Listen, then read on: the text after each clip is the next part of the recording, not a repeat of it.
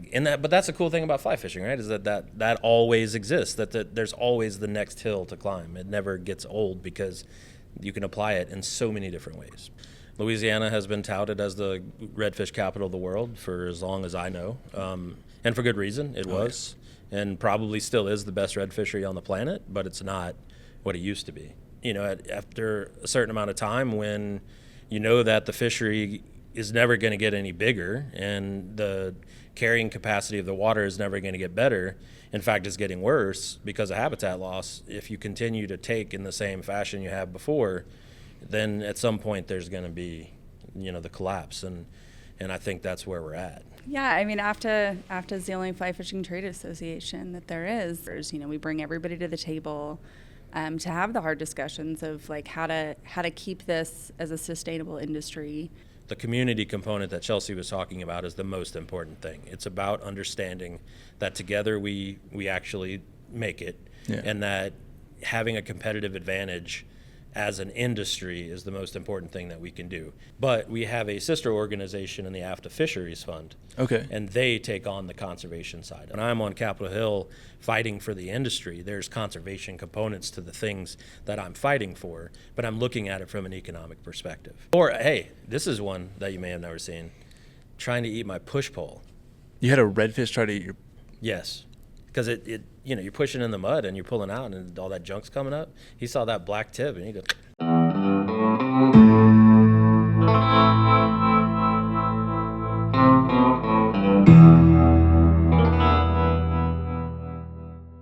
All right, guys, welcome to another episode of the Skiff Wonder podcast. Today I am in Salt Lake City in Utah at Confluence, and I'm sitting down with... Nope, I did it. Oh, you are sitting down. I forgot everyone's names. Wow. Hey, I did that. We have name tags. Here, wait. You just... Would you like to hang on to those?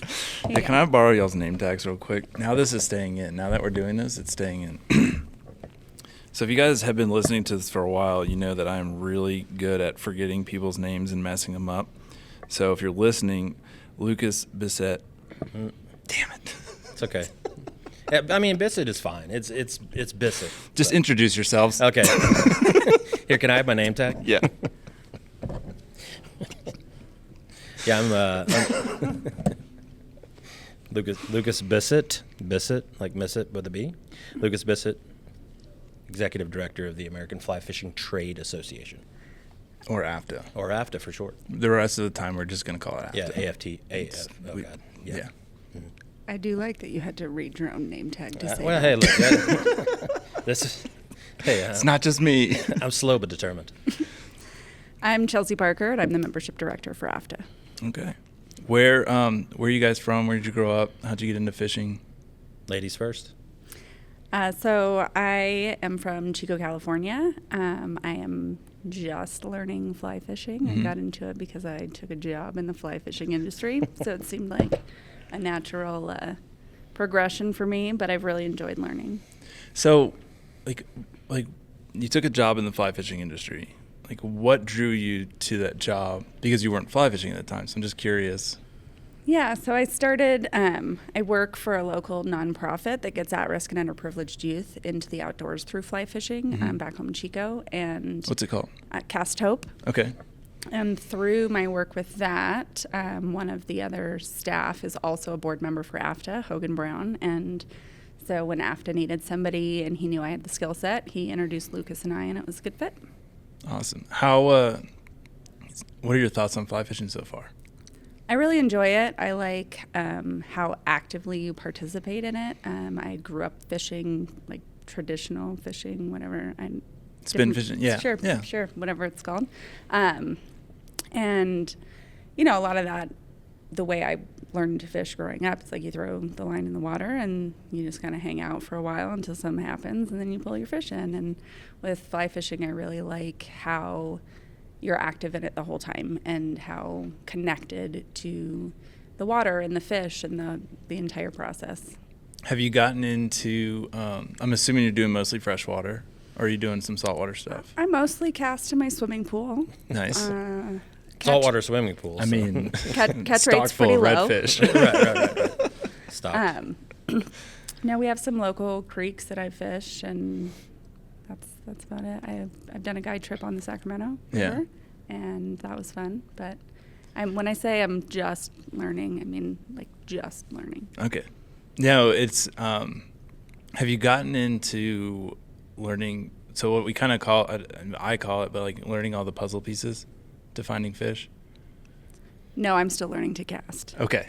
When you're going to reach a point where you're going to look at a river and you're going to start breaking it down, and that's when, like, for me, like, that's like, whoa, when I caught my first redfish, I was like, oh, this is cool. But like when you get to that stage, like, and I'm trying to give you, like, this is going to get really exciting for you, because you're going to get to a stage where, like, every body of water, you're like, okay, the fish should be here, the weather's doing this, they should be doing this. And for me, like, it's the coolest part of it is, like, just breaking down every single water that you step into and trying to figure out, like, how does the fish use this to hide from the weather? Where does he find his food? Where does he, what's he doing during the day? What's he doing at night? And so I'm excited for you to, like, get to that point and start, like, seeing water that way. And then it's over at that point. You're just going to be a fly fishing bum like the rest of us. I think that's probably in my future. I'm excited to get to that point also. Yeah. I mean, everything that you say is really stuff that I can connect with. I love the outdoors, so Yeah. I'm stoked. And I'm just a bum. I know. That's true. You've met me. No, I mean, before I get into my life and what I do in fishing, can we just acknowledge that even a person who's never fly fished still has that exciting, like, didn't it make you excited for like a second? Like, I was so excited. Yeah, I'm Yeah. like, God, I forgot what it was like to walk into something new for the first time and do it that way, and acknowledge that there's so much more like that. Like in that, but that's the cool thing about fly fishing, right? Is that always exists. That there's always the next hill to climb. It never gets old because you can apply it in so many different ways. But anyway, yeah. So I'm, how many years now? 40 years of fishing, ish. 39. How many years have you been catching fish? 20. Yeah. That's the other thing you have to look forward to. Yeah, and I was being really generous. I just got really good about 6 months ago. No, and fly fishing has been a big part of that, since I was about 12, but really, really got into it after I caught my first redfish on fly, and I was about 25 years old. Yeah. So and that was it. That was it. That was so it. Where did you start fishing? Louisiana. Louisiana? Yep. That was my first foray. It was all freshwater. Really? Yeah. We only lived 2 hours from the coast, but my dad never, ever considered going to the coast. Really? Yeah, it's all bass. Which bass on fly is still... There was no fly fishing. Oh, well. In the early days. I mean, yeah, like the number of us that started with, pond fishing. I mean, I grew up high school. I used to get yelled at by my mom because I would come home from school, jump on my bike, and go fish till dark. And she'd be like, you have grades and a future you need to worry about. And I'd be like,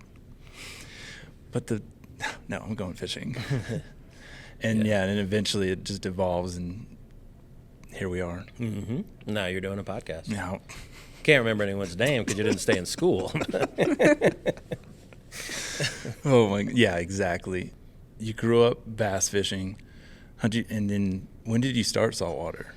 I literally, when I was about 24. 24. Well, that's not true. So in college, I went to University of South Florida in Tampa, and caught my first saltwater fish there in Tampa, like grouper and stuff offshore. And then when I moved back home to Louisiana, I was like, okay, I need to figure out this whole coast thing. Yeah.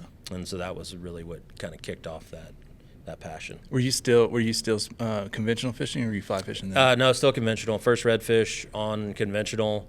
First redfish on fly not very long after that. Yeah. Like that was the switch. And it took me a little while to get there because you know how it is, like if you're going from that conventional world to the fly, it's too easy to bring that bait caster with you. And so it took me a while to realize like I just need to leave that at home if I'm going to do this the right way. And so once I did, then it's all over. Changes yeah. No, I had about a month of like bringing the spinning stuff with me on the skiff, and then I was like, you need to just commit.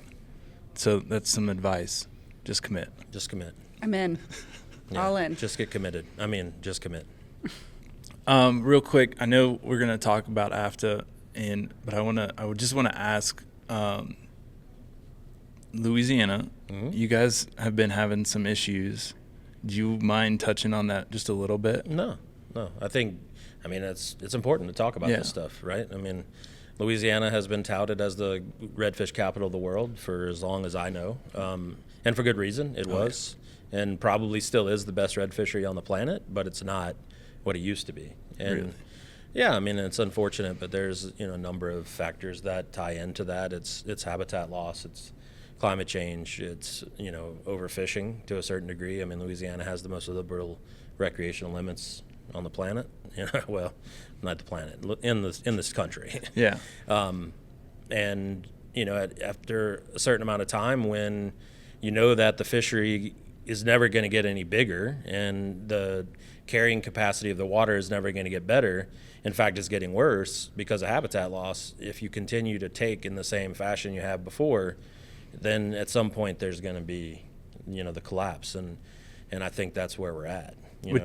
Which is like, as much traveling as I've done, that's what you see across, especially the Southeast. Is just like all of these wildlife commissions or wildlife departments in these states. Like, it seems like there's a big push from anglers, like, hey, we need to change the limits. We need to change the limits. And I mean, the best example that I can throw out there is like Georgia right now. Mm-hmm. Like, you can go across the Savannah River into South Carolina and catch redfish all day. You go into the Georgia side and their limits are like 14 to, I think my buddy Jared's going to roast me for not getting this right. It's like 14 is the minimum and the maximum's like 23 or 24.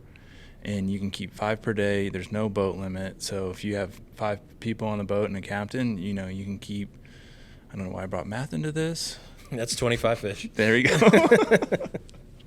So, I mean, and it is, it's, I think, up and down the coast. And I don't know as much about the limits out west or in other parts of the country, but it's something that, like, I've seen, like, you can see the effects of it in a fishery that hasn't changed their rules in a long time. You can see the effects of it. I've been blessed in Louisiana. I've been fishing there since 2020, and we've been lucky in that we've had really good days on the water every time we've gone. But, I watch what you're saying. I watch what some of the captains down there, like Ty Hibbs, are saying, and I know that, like, talking to you, even just with what you just said, like, it's not what you grew up with. And, yeah, I just want to see it change. Well, and the nature of fisheries management, unfortunately, is reactive. Right. They wait for a problem, then they try to solve it. Yeah. And what you're talking about with guides and other stewards is that they're saying, hey, let's not wait until it's too late to try and do something. Let's try and do something before it's too late. And that's a real shift for a lot of these departments, because for them, they're literally tasked with 50% fishery, 50% the happiness of people. Right. And if you're putting that much weight into happiness, you're going to be reactive. Mm-hmm. And so part of being a good steward is being sacrificial and knowing that, sometimes it means not taking as much in order to make sure that we have some for the people after us, and hell, for some of us, the people now. Yeah. Depending on what your fishery is up to. So yeah, it's an unfortunate, sort of nature of the game, and climate change is making that happen faster and more detrimentally. And so, as the panel we just got off of, it's like what we're doing now is not enough. Right. And as anglers, we have to stand up and yell that we need to do more. And luckily, we're pretty passionate people. How much climate change have you seen, like the effects of it on the Louisiana coast? I mean, I have a unique perspective because I did coastal restoration work for LSU for 7 years, and so I got to learn what the ecosystem is really about and how it works, and the changes are devastating. I mean, it's not even funny. I mean, you had something that started 100 years ago because of the levying of the rivers, and it's been exacerbated in the last 30 years like no other. And the more hurricanes we get, the more destruction we see, the more sea level rises, the more inundation you see. I mean, there's salt water going up the Mississippi River right now and ruining people's drinking water. And so those things don't just happen. Right. And I think, and one of the things like that I think is tough with climate change is that it's not linear.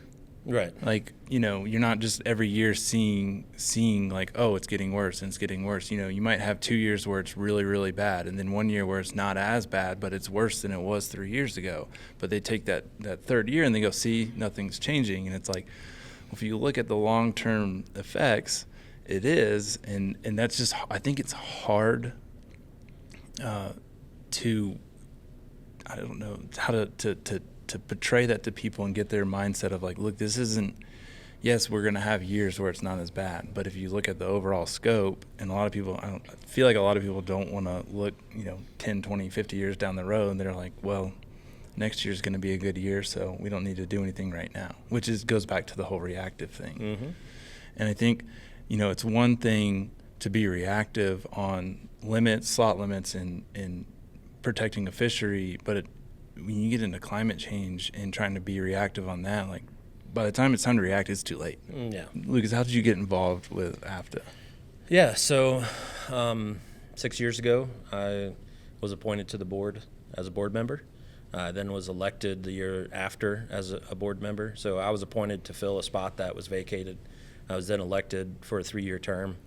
I was then reelected and had every intention of continuing to be a board member until my term limit was up. But this position, the executive director position, came open in 21, right in the height of the pandemic. And we went on a nationwide search to replace that executive director. And after 310 applications and 9 interviews in person, virtually, we still hadn't found somebody.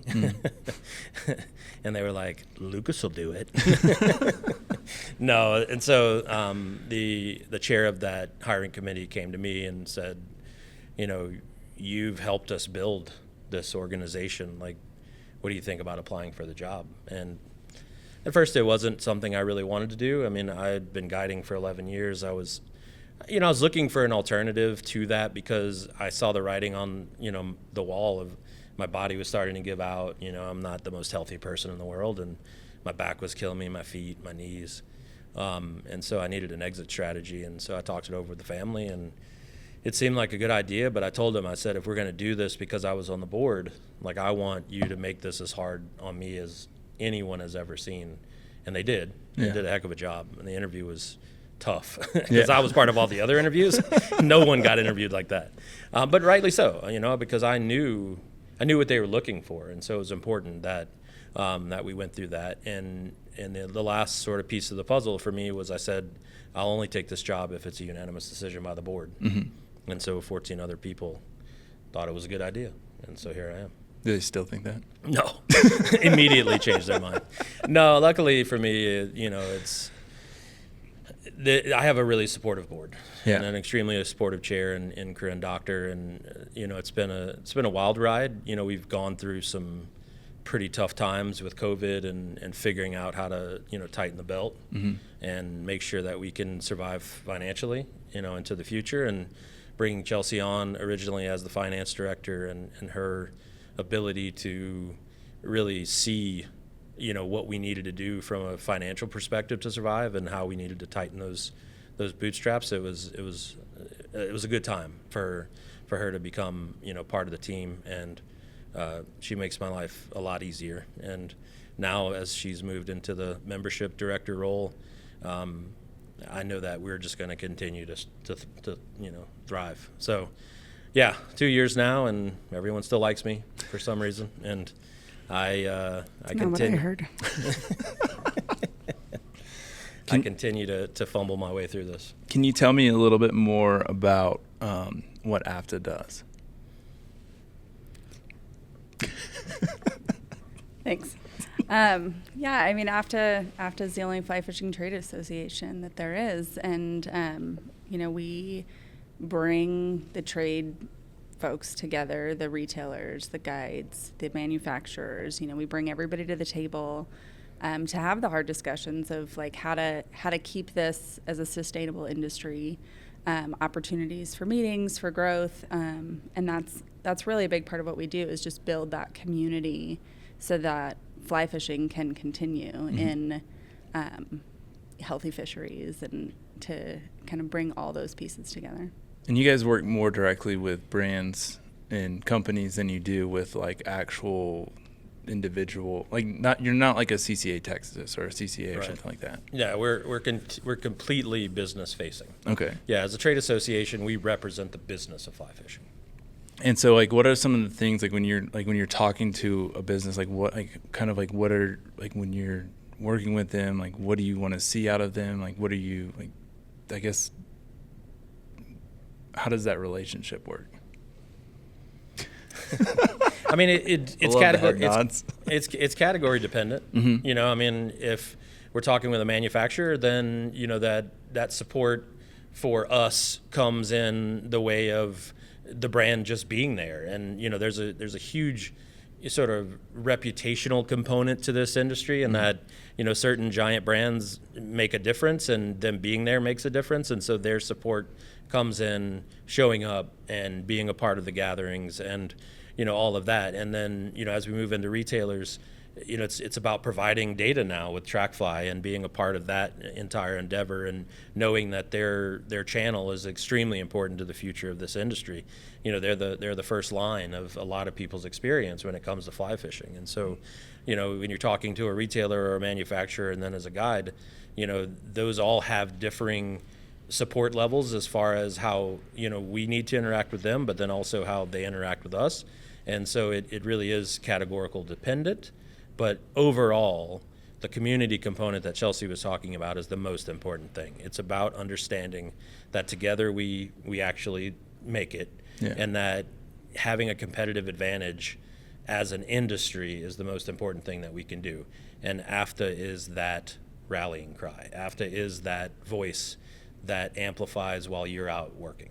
Yeah, I got you. Can you tell me, and I know it's a little bit outside, but you did mention that you guys are working with TrackFly. Can you talk about that a little bit? Because I think, like, a lot of my listeners are more of like consumers, but there are a few retailers, and I kind of just dipped my toe into TrackFly earlier today, and so it's a kind of a cool concept. And I think, like, if you're a retailer, if you own a fly shop, I'm gonna let you explain it, but like, listen to this, because I think it's something that as a business owner you probably should incorporate. Yeah, so warning, I'm going to get kind of nerdy and kind of weedy on this one, but not bad. So the short answer is that TrackFly is a company that we have partnered with as AFTA to bring us the industry, not only an industry report, which we've done in the past, but it's been a survey. So think about it as, in the past, dealers would get the survey of X amount of questions, they would fill it out, that data would be compiled and then put out in a report.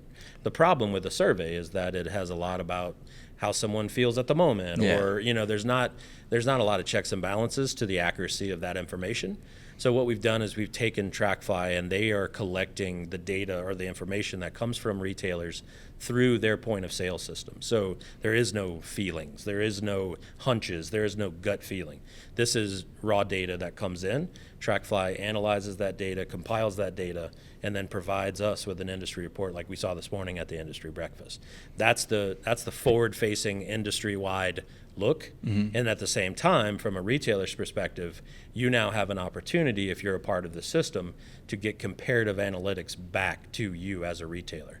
So in the past, if you have a decent POS system like a Lightspeed or a Shopify, you can see your data that you are generating through your store.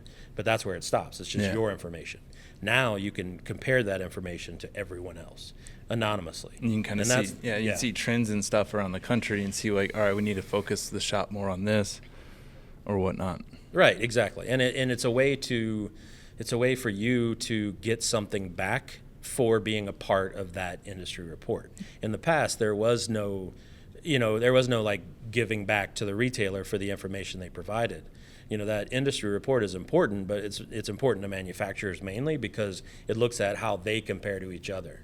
Now the retailer actually gets something back in a dashboard that they can see on their computer, and it gives them their comparables to the rest of the industry. And again, it's anonymous, so that anyone who provides information, they don't have to worry about anyone knowing they provided it or what was provided. And that's a big part of it, because you talk to any retailer and anybody in business, they don't want to give up the secret sauce, And so having the ability to maintain that level of anonymity, but yet get this information back, honestly, and I don't, I like being hyperbolic, but I say I don't, it's a game changer. Right. It is a game changer. This is something this industry has never seen to this level. This level has not been seen by any other outdoor industry for the retail channel. So for the first time ever, we are shining a giant spotlight on, again, one of the most important parts of this industry, and that's the retail component. Right. That's a good answer. And weediness over. So you guys just did a panel. I listened in for a little bit. And we've talked a little bit of conservation. What are you guys doing? What does AFTA do from the conservation standpoint? Yeah, so there's an important distinction that we need to make. AFTA exists as a trade association, and so our focus is trade. Right. But we have a sister organization in the AFTA Fisheries Fund. Okay. And they take on the conservation side of it. So we're two pillars that make a whole building. Right. And so that relationship is as close as it can be, while allowing us each to maintain a focus on our specific part of it. And so from a conservation perspective, there's some crossover. I don't want to make it seem like it's black and white, because it's not. I mean, the reality is that when I'm on Capitol Hill fighting for the industry, there's conservation components to the things that I'm fighting for, but I'm looking at it from an economic perspective. And then the Fisheries Fund looks at it from the ecological perspective. And so that's why I like to say that AFTA is a bridge between economy and ecology. Which nowadays, when you're dealing with any kind of politics, you need. Yeah. I mean, you look at I think the best example is what's going on in South Florida, where, they're having issues, and then they start throwing the dollar signs around at their government down there, and then the government's like, oh, we're losing money because we're supporting the wrong group of people. So, I mean, I think that's good that you have both of those where you can in-house compare them and say, this area is, I don't know a good way to phrase it, but I think you understand what I'm saying, though. Like being able to have that touch with the retailers and the manufacturers, and then still be able to look at the ecological problems that are going around and say,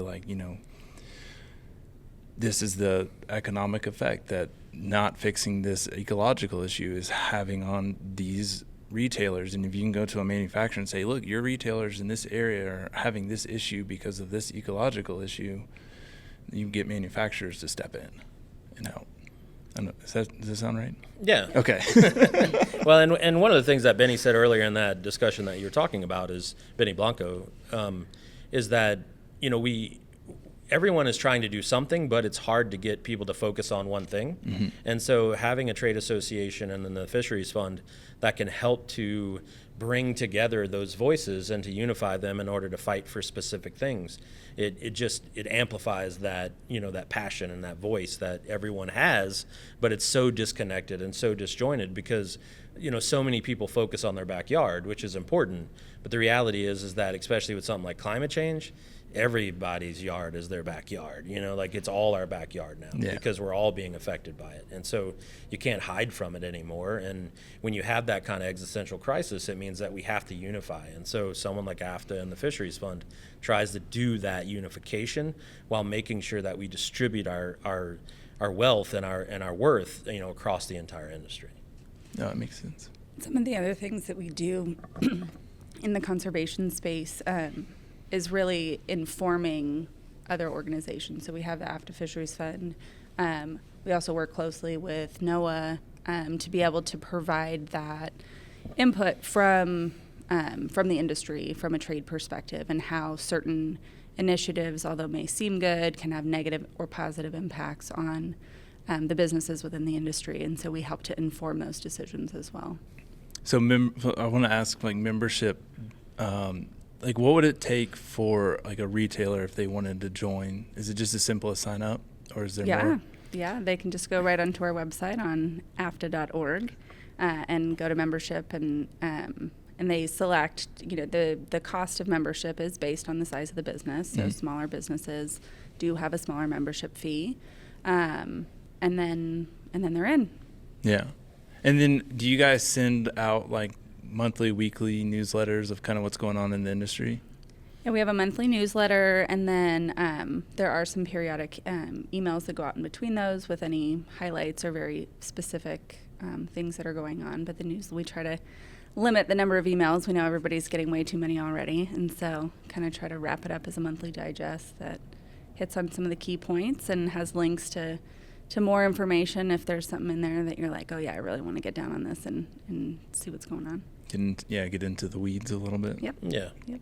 Well, and one of the other things that we started to try to do on a regular basis is like member spotlights. And so if we have a new member come in, we really like to get them interviewed through our communications director and then highlight their business, and give them that platform to let everyone know, like, hey, they're, another supporter of this industry, and, it's a way for us to give back.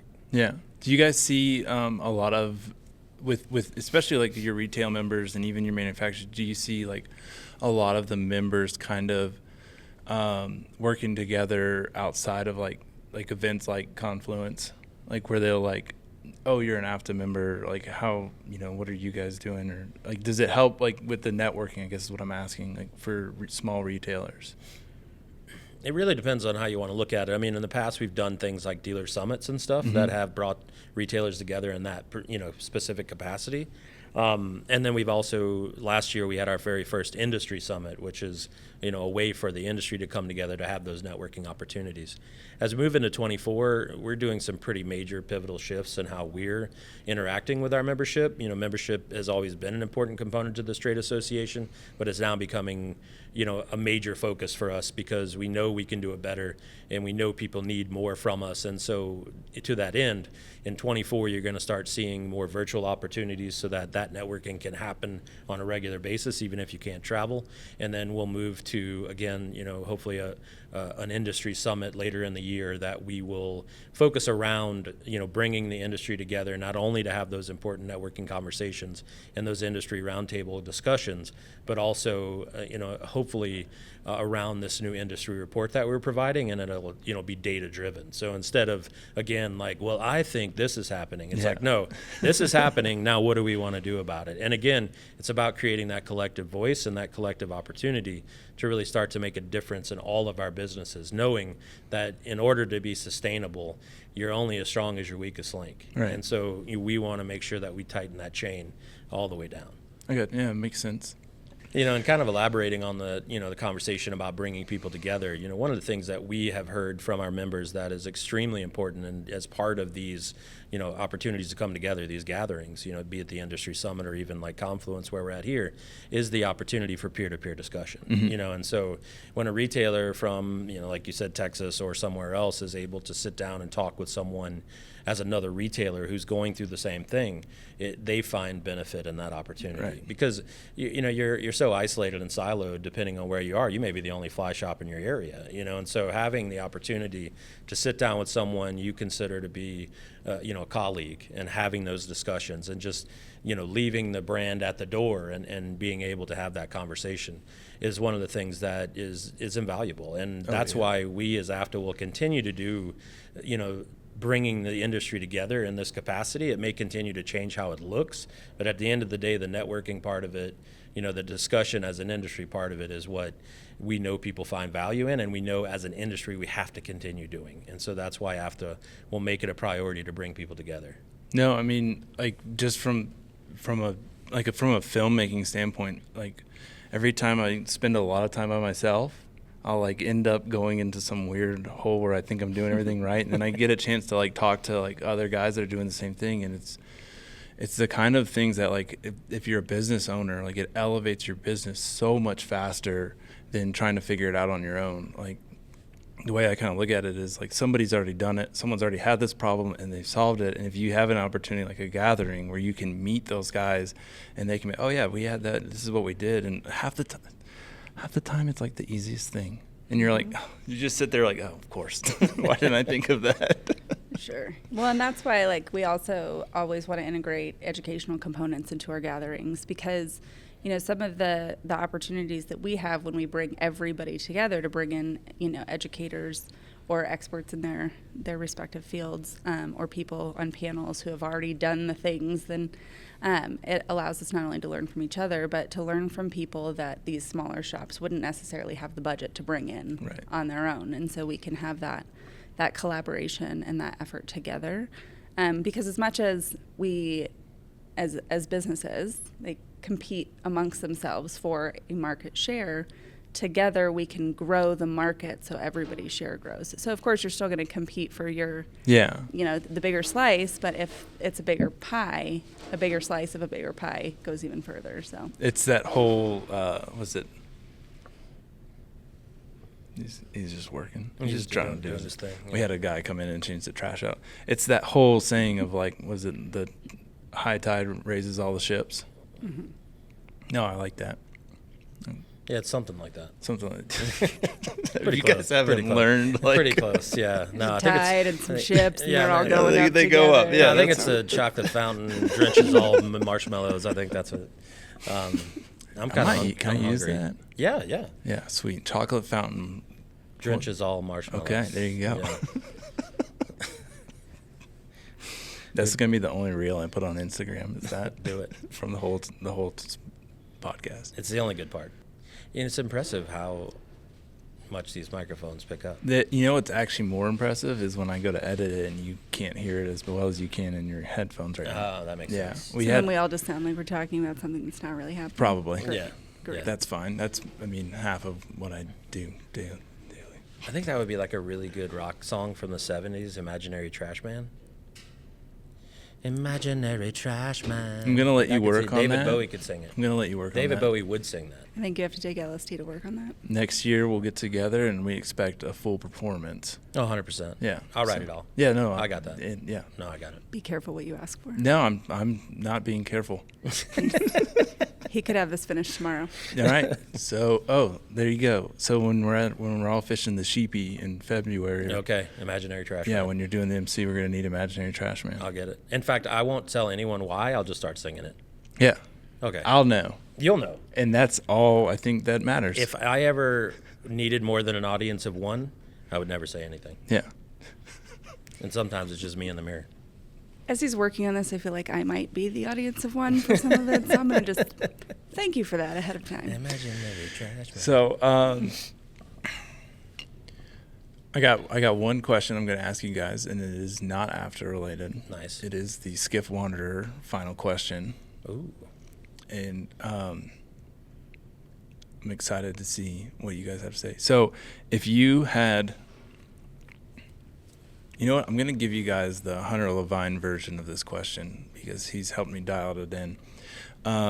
If you were sitting in solitary confinement in prison on death row, and they came to you and said instead of a last meal, you have one last fishing trip, where are you going? Who are you going with? What are you catching? I know. For Chelsea, that's one first fishing trip. I'm going to Russia. Really? That's She actually told me that awesome answer. Kamchatka was like her thing. Like she said, I'm like going to go fish off the Kamchatka Peninsula. That's what she told me. She told me that. Like, and I'm going to take somebody who can help keep me alive. You want to know that you're the first person that said that on this podcast? So, you're basically a pro angler at this point. Well, she watched the YouTube video. I've actually seen a lot of videos of people fishing off Kamchatka. It looks really exciting. I want to go up there. That's on my list. Not as high as number one, but I really just want to go to Russia, and so the fact that you can do some pretty awesome fishing there, like really just, it's number one on my list. I feel like if you end up in Russia, fishing the Kamchatka Peninsula, you might as well, while you're over there, go ahead and swing by Mongolia. I can't remember the name of the fish there, but they're massive. It's taipan. That's the one. No. Is that it? No. That might be a snake. Well, taipan is a snake. I'm pretty sure it's a snake. Taipan's a country. Also, yes. We are sounding real smart. Can somebody Google it? I want to know if it's taipan. Maybe it's taiman. It's taiman. Yes. Taipan is definitely Dude, we a were snake. getting there. For all the snake people out there, taiman is the fish. Taipan's a snake. It's like one of the most venomous snakes. So there you go. I don't want to catch one of those Not venomous snakes. No, the fish Thank you. though. You're good with the fish. Yeah. I don't think there's any taipan in Mongolia. Taimen there are. Yeah. Yeah. I've seen those on TV. I read about it in a book once. Yeah. Short book. Lucas, Guy died. where are you going fishing? So this is like it. This is my last one. Yeah. When you get home, You're getting killed. that's it. You're getting taipanned. Yeah. Okay. That's a lot. It's a good question. It really is. Hopedale, Louisiana.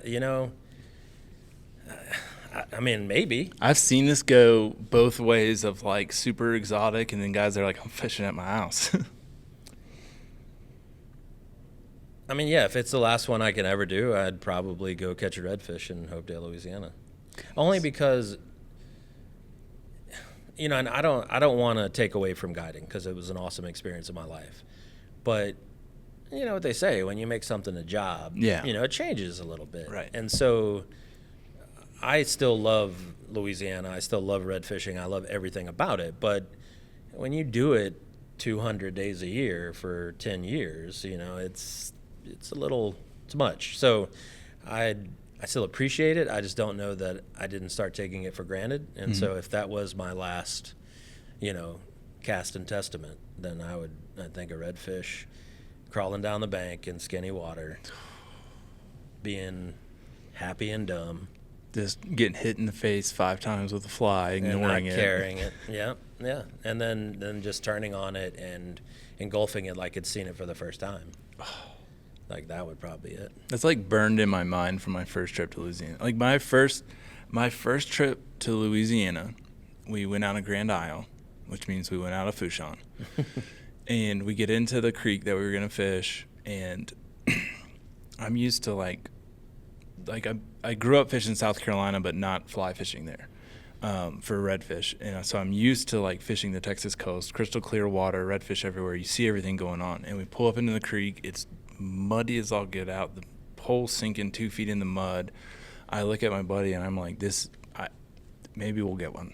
And we're both like trying to figure out like, how do we fish here, because this is dark, dirty water. It's it's extremely difficult to pull, and like we're having this conversation, and I look down as I'm pushing the push pole. I look down next to the boat, and literally a foot from the back of the boat is like a 27-inch redfish back out of the water, just swimming past the boat, and I'm just like, "There's one." Found it. And we caught that one, and we were like, "Oh, we might be okay." Well, the thing I always said to my clients was the hardest cast in Louisiana is the 8-foot cast with your 9-foot rod. Yeah, which is, I feel like it was a lot of them. Oh yeah, yeah. I have caught a fish under the gunnel of the boat. Have you trapped one with the boat yet in the mud? Oh yeah, yeah. Or hey, this is one that you may have never seen. Trying to eat my push pole. You had a redfish try to eat your... Yes, because it you're pushing in the mud and you're pulling out and all that junk's coming up. He saw that black tip and he goes. I mean, you do that, like I said, you do it long enough, you're seeing stuff, that things are happening. Did you land that one? No, the push pole didn't have it had a barbless hook. All right, guys, I really appreciate you guys taking some time out of Confluence to sit down and talk a little bit more about AFTA and Louisiana. If people listening want to check it out, I know you said the website earlier, but I'm going to make you say it again. Yeah, it's AFFTA.org, AFFTA.org. And if you want to sign up, become a member, that's the website you need to go to. I think I've looked at it, and I haven't done it, but because I was like, I don't think I'm a company. We'll talk about it later. Yes, we will. Oh, yeah. Yeah, if you've listened to this and you own any kind of business in the fly fishing space, hopefully this has convinced you that you need to be a part of this organization. Do you guys do a lot with Instagram? We do. Yeah, we have a very active Instagram. Okay. I know I've seen it, but it's been a hot minute. Yeah. And that is? Instagram.com/AFTA. Thank you. Thank you. Also accessible from our website. And just... if you have any other questions about membership or the organization, you're welcome to reach out to us. Our contact information is also right on the main page of the website. You don't want to give out your phone number and email address? You do not have to. Well, It's actually on the homepage of the AFTA website. Yep. So yeah, we're accessible. it's right there. All right. And I'm accessible probably more than I should be because as a guide, you never like not answer the phone. And so people call me late and I'm just like, hello. And they're like, I didn't expect you to answer. I'm like, then why'd you call? We're trying to teach them boundaries. It's not working. Not yet. No. Yeah, I've had plenty of experience fishing with guide friends, and I look back and they're talking to clients on the phone, and I'm like, the redfish is swimming away. Get off the phone. Yep. All right. Again, thank you guys so much. If you are watching this on YouTube, hit like, hit subscribe, all that stuff. If you're listening to it on Apple, Spotify, any of those things, 5-star review would be great. I'd really appreciate that. It'd be really nice. You don't have to, but I mean, let me just say it this way. I never got anything below a 5-star review as an Orvis endorsed guide. So don't okay. be my first. There you go. Not to brag or anything. Yeah, 131 5-star reviews, Orvis endorsed guide of the year 2017. Just saying. Braggadocious. Just saying. And I think that's it. That'll wrap that's it a good up. spot to end it on. Quick before he gives himself a trophy. Thanks, guys. Bye.